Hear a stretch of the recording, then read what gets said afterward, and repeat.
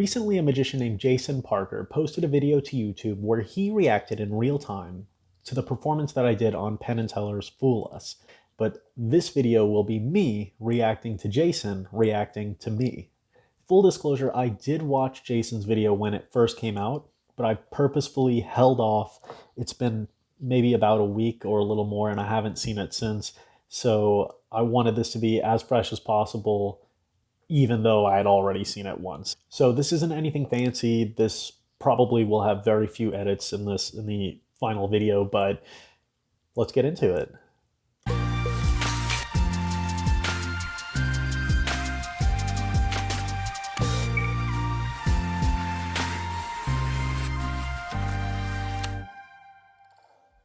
Hello everyone, my name is Jason Parker and welcome back to this channel about...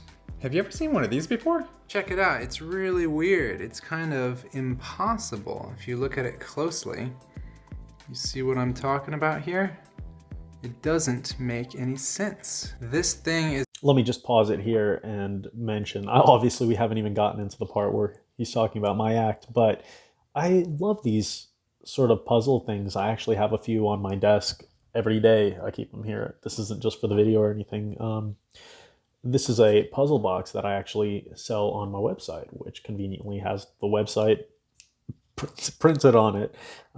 Also impossible objects. And there was another one that it's around here somewhere, but this is fascinating. This is something that I would keep on my desk, so let's keep going. It's made with only one playing card using no glue, and it looks really weird and quite impossible.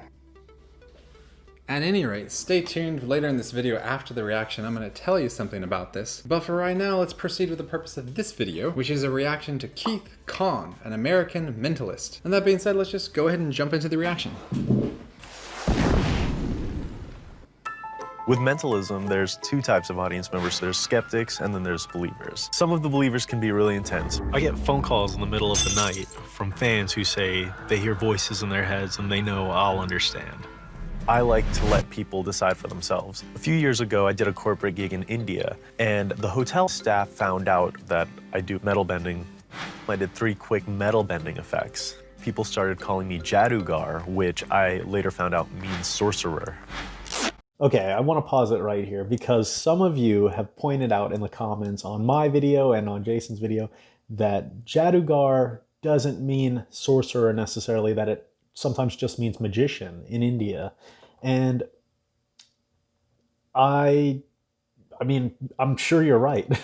This was just a story it's a completely true story. I was in India and people started calling me Jadugar, and I just mentioned it to a local, and I said, hey, like, these guys are calling me this, what does it mean? And he said, how do you say it? It's like a sorcerer.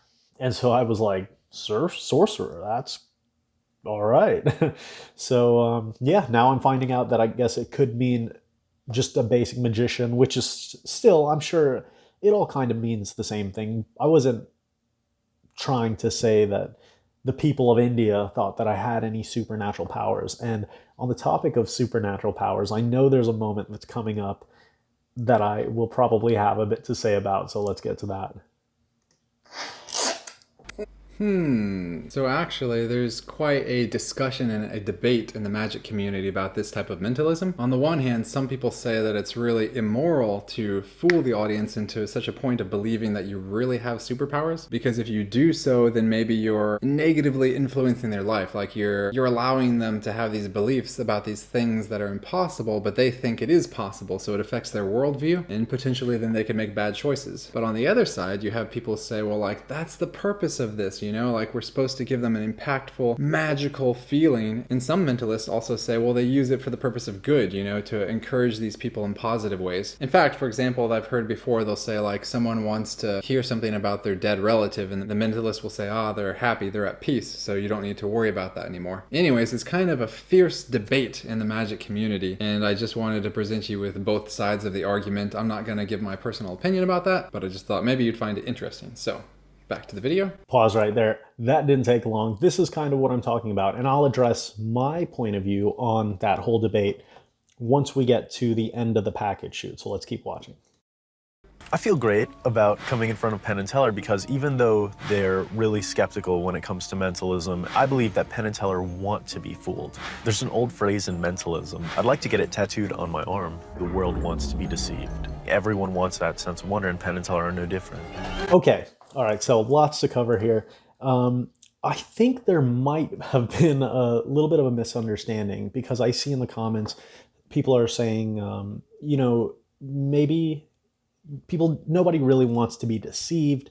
They just want to be astonished. And I think that misunderstanding kind of comes from the fact that the video that you're seeing here was edited for time.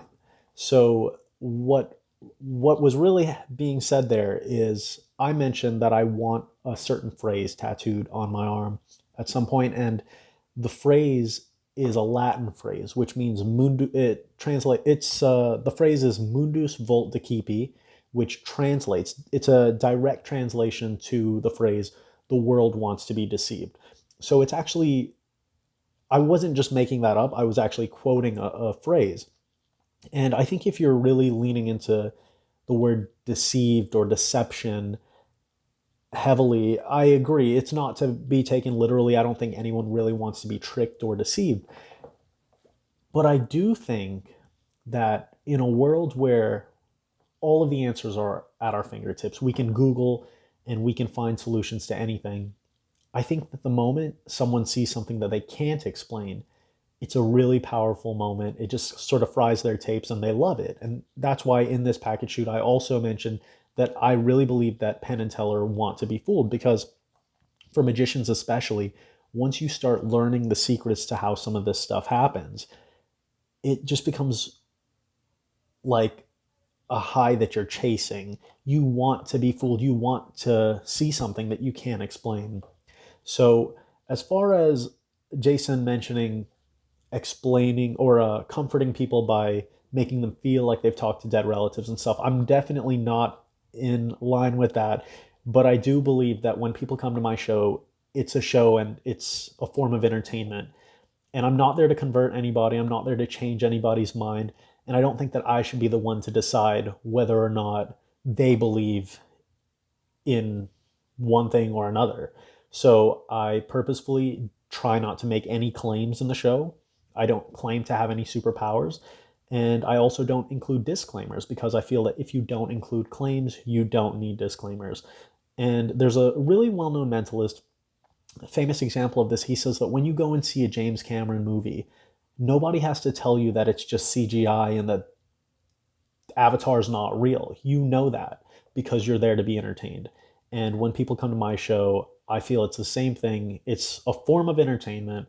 I'm not there to change your mind one way or another, because the truth is, if you were skeptical and I was to say everything that I'm doing is real, then you would think I'm a liar and you would still be skeptical in the end.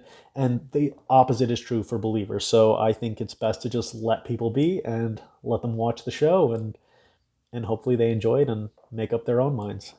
Give it up for Keith Kong! I brought a gift tonight because I've been a fan of Penn and Teller for a very long time. Actually, that's not true. I'm really just a big fan of Penn. I like that. I'm kidding. Nothing against you, Teller, but tonight this gift really is just for Penn. I like how Penn just goes for it. He's like, I've got no problem with that. Teller's all dejected and Penn's like, right on. Okay. So let me pause there. That was actually that joke, and it was a joke. I love Penn and Teller equally. I think they're both great. But that joke, actually, the original lines that I had written pushed way farther, and it was like, yeah, Penn is the best and Teller is just the worst. And I'm glad that I scaled it back to just that one line, because when I heard the audience, I was like, oh, they're turning on me. But it was all fun and it all worked out. But that's because he's going to earn it by singing a song. Are you ready to sing for us, Penn? I certainly am. That's fantastic. And to help you out with that, I brought a list full of songs that most people know the words to. Okay. Can we grab a close-up of this list and put it up on the monitor for everyone to see?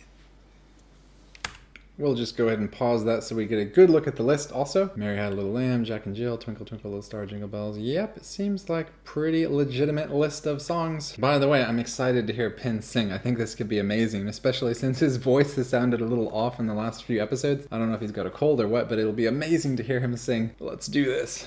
Perfect. And Allison, will you join me over here, please? Because you are going to decide which song Penn is going to sing. Good, I thought you were going to make me sing, and that was not going to be fun. Allison, Yes. I want you to take a moment to look over the list and circle any song, but make sure it's a song that you think Penn would know all of the words to. By the way, I just want to pause and tell you something I'm thinking about right now. It's completely not really related to the Magic Act, but the way Allison responded to thinking that he was asking her to sing versus the way that Penn responded, it's polar opposites. As soon as Penn heard that, he's like, yeah, I'll do that. Whereas Allison's like, oh, you know, like most people, they wouldn't want to be singing in front of an audience if they're not a professional singer. I think most of us can relate to Allison's point of view. But I really do admire the way Penn responded. You know, his response is one that comes from a huge inner self-confidence. He is not afraid to make a fool of himself. And perhaps that's part of his charm, part of his character, part of why people like him. Anyways, I was just thinking, you know, there's no right and wrong here, but my preference would personally, I want to be more like how Penn is. I try to be more fearless in my life if I can. What about you? Leave a comment. Let's pause it here and say that what Jason's saying is actually really, really important. And if you want to hear more about the psychology that went into this routine, then hit the subscribe button, because in a future video, I'm going to be talking about all of the little nuances that it took to pull this bank heist-like trick off. Below. Back to the video. Desolation Row. Sorry to pause again. I have to comment on this because I got so many comments about the moment Allison circles the song. I saw some people saying that maybe it looked like she circled a song towards the top of the list and Old MacDonald was in the bottom, or towards the middle. That was just angles on the camera. I'm not sure how else to explain it. I can tell you that she legitimately circled Old MacDonald. That was her decision. And another guess that I got a lot was, is Allison just in on it? Did I somehow signal to her, hey, Allison, just play along? That also is not the case. She really had a choice there, and she really circled Old MacDonald. That was all her decision. The other thing that people guessed was, just on the topic of cameras, a lot of people guessed maybe there was something cut out, or there was some tricky edits or cuts or anything like that. That was not the case. The integrity of the show is so high. They really go above and beyond to make sure that Penn and Teller have no clue who's coming out before the moment they hit the stage. They don't want to deceive the audience at home. The production team doesn't want to do anything to trick you guys watching. They just want to basically put great magic on TV. And what you see in this video is exactly what Penn and Teller saw live in the theater that day. Thank you so much. Thank you. No hesitation. She just picked one right away. Wow. Allison chose Old MacDonald. And Allison, you could have chosen any song on this list. You could have chosen Twinkle Twinkle Little Star, couldn't you have? Could have. And I'm sure you know the words to that, right, Penn? I do. I'm sure you know the words to a lot of songs on this list. Songs like Happy Birthday, Yes. Mary Had a Little Lamb, Yes. or The Star-Spangled Banner. Yes. But of all the songs you could have picked, Allison, you picked Old MacDonald. Do you know what's crazy about that? Penn's already sang that song on this show. Isn't that right, Penn? Not that I remember. Wait, you're telling me that you don't remember singing Old MacDonald on this show? I don't remember that, no. But the third season was a blur. I know Penn has this this podcast called Penn's Sunday School, and I haven't really listened to a lot of it because they're very long episodes and there's a lot of them. But even though he was joking about that, he said season 3 was a blur. I wonder if there was some half truth to that. Was that some super hectic time of his life and it really was like a blur? Am I reading too deep into this? Did it make you curious when you heard that? It made me curious. Anyway, back to the video. Well, I've watched every single episode of this show, and I brought a clip to share with everyone tonight, and it's of you, Penn. Really? Watch this. Old MacDonald had a farm. E-E-O. And on that farm he had a chicken. E-E-O. With the clock here and the clock there. Here, clock there, clock everywhere. Clock. Old MacDonald had a farm. E-E-O. Ha ha ha!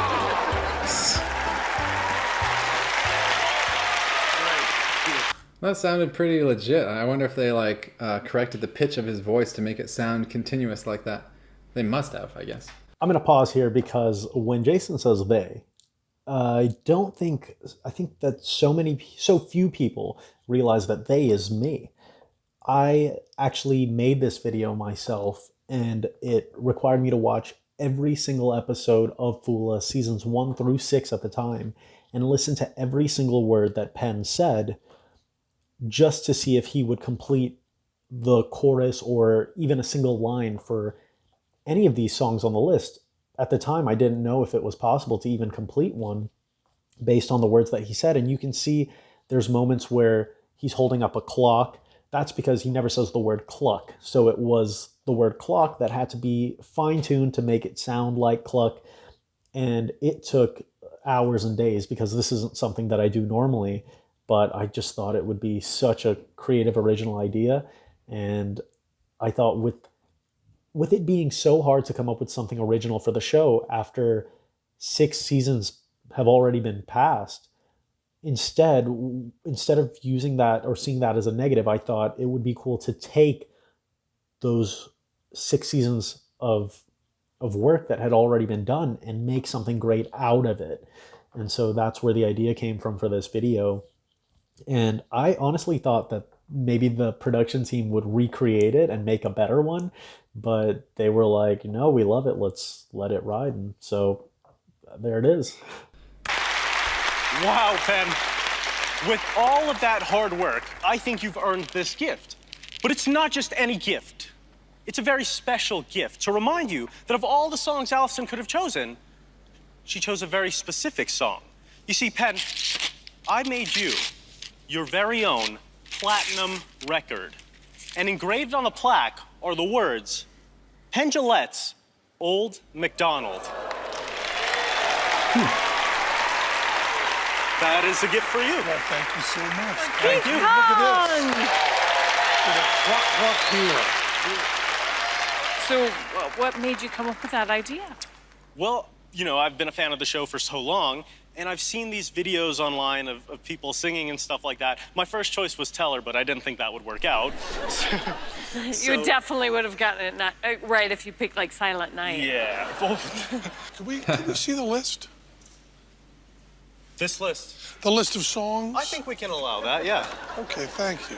This is interesting. Oh.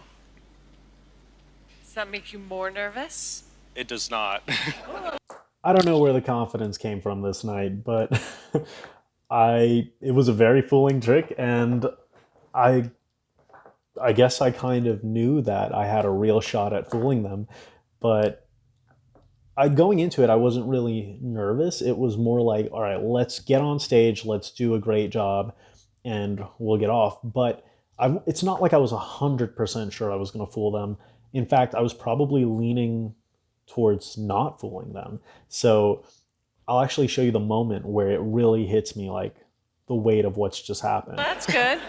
Makes me nervous, and it's not my trick. All right, well, good. Maybe they want to see what other songs they could have picked. Yeah. So what did you do before you became a professional magician? I started performing on my 11th birthday, so it's been pretty much this the whole time. Most kids have an entertainer come to their party. I was the kid entertaining at the party. Wow. All right, well, let's see if you hit the right notes and fooled the boys. Right. Let me go ahead and give you my thoughts before we hear from Penn and Teller. Okay, here are my thoughts. I don't know. I mean, they gave out that frame at the end so they could totally examine it, and, you know, if there was some way to switch out the answer on the bottom, they would have been able to see that. You would think. Unless it's like the answer gets chosen and it's like permanently set in there and they wouldn't even be able to know. That would be kind of cool to devise a device where it would be able to change to the right result, like with some kind of mechanism inside, but then give it away, and the person who received it kept it even on their wall and never knew that that mechanism was built inside. That seems like a cool idea. I don't know, I doubt that's what's happening here, but it seemed like a pretty free selection for Allison. I mean, she just literally walked up there and circled a song, right? Huh. I am struggling with this one. I mean, I was even kind of thinking like maybe the ink on the paper could change, you know, if there was heat applied, it could switch. So she circled one and it changed to the other one. But that's ridiculous because she saw what she was circling and she would know if it had changed. So yeah, I don't know how this worked. Let's hear what Penn and Teller had to say. Let me pause again and just say that the moment that Penn asks if he can see the list, because of the editing for TV and time, that actually happened very early on. It actually happened during the interview with Allison. As soon as Allison asked me the first question, Penn basically stood up and said, "Do you mind if we see that list?" And so even though you're seeing this interview take place over the course of 15 to 30 seconds with Allison, it's actually like a 5-minute long process. And the entire time they were holding on to that list and the record and inspecting it.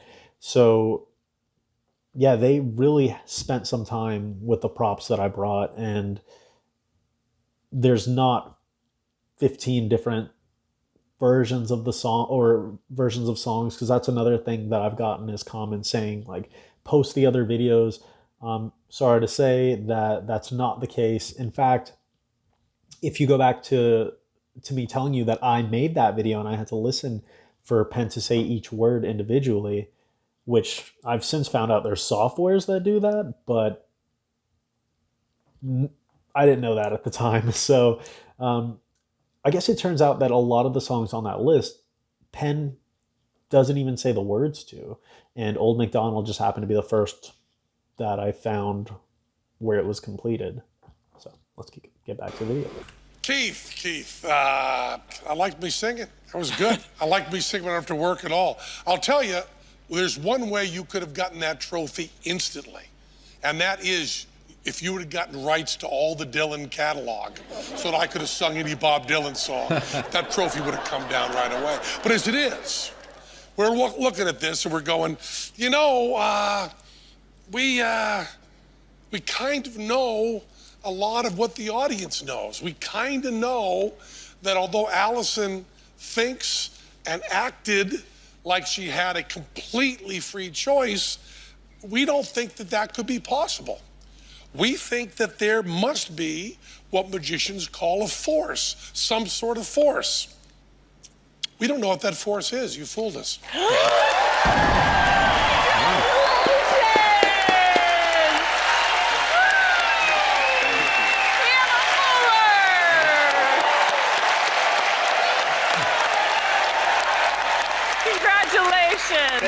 He's gone!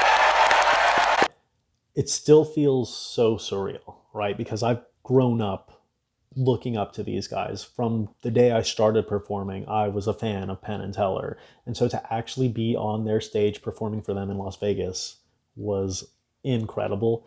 And actually, I'm about to press play, but the moment you see me just go like this, that's the moment that it actually hit me. That's when it became, this just happened. So. Cock-a-doodle-fool! Penn and Teller just got woken up by one clever rooster. All right, well, let me give you my concluding thoughts. Attention Walmart shoppers. If you watch Keith's Fool Us video over on his YouTube channel, you'll notice something is a little different. Something a little bit towards the end of the video. So if you like hidden Easter eggs, maybe go check that out. Just saying. Link in the description below. Thanks for that shout out, Jason. So if you don't already know, basically I hid cryptic messages for nearly a week and a half from the moment I announced that I would be on Fool Us up until the episode aired. I had hidden little messages and emails on LinkedIn, Instagram, Facebook, everywhere saying I fooled Penn and Teller.